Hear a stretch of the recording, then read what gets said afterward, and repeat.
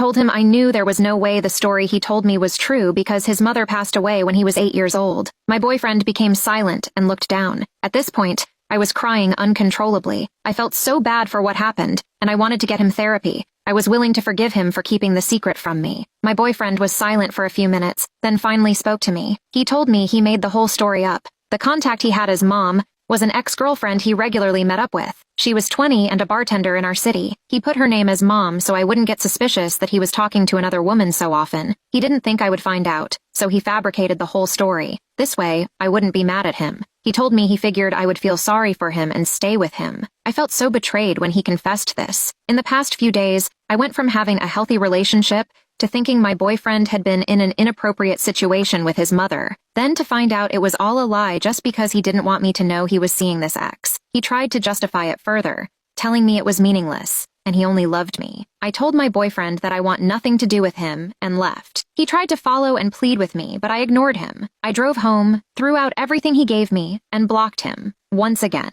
I cannot believe he lied about something so major just to protect himself. I haven't stopped crying since I left his apartment. I'm so hurt, and now I don't know what to do. I no longer want him in my life. I'm considering moving towns so he can't find me. He has gotten online and used a fake number to try and get a hold of me to apologize. I need to clear my head and try to take everything in. I will turn off my phone and computer for a while so he can't try to contact me again. Update. So my now ex-boyfriend came to my apartment and started banging on the door, begging to be let in so we could talk. At this point, I have turned all the lights off. I am being quiet, so he will hopefully leave. I know he can see my car out front, so it's obvious that I am still here. I want to call the cops, but I am not sure there's much they can do. I'm thinking about going back to live with my parents until this blows over with him. I am also considering talking to his ex that he was meeting up with. I got her full name and where she works. I will keep updates as I learn more about my ex-boyfriend. Relevant comments from OP.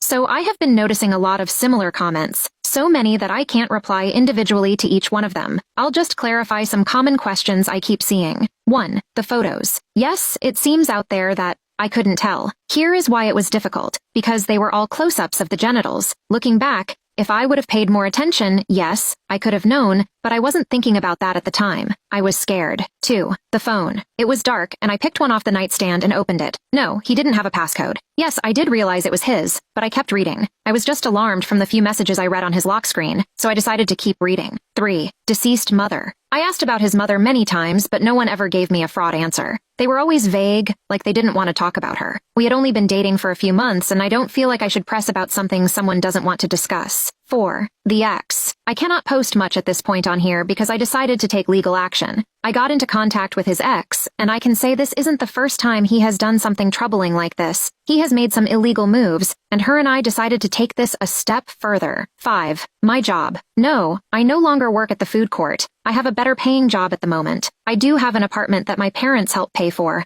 and they gave me a car to drive until I can support myself. My parents are super supportive and caring. They always have been. They're the only reason I am able to have what I have. Update. I ended up talking to his ex. We had a long conversation, and I learned some other information. She told me she had no idea what I was talking about when I said what he told me. She claims she hasn't talked to him in months because of a restraining order she has against him. He harassed her when she broke up with him back in 2017. She also almost had a child with him but decided to abort it when they broke up. I cannot disclose why they broke it off. I am considering a restraining order as well. Since the ex says she's not who he was seeing, I have no idea who it is. I could care less at this point. I can't tell much else since I want legal action. I have told what I can to the best of my ability.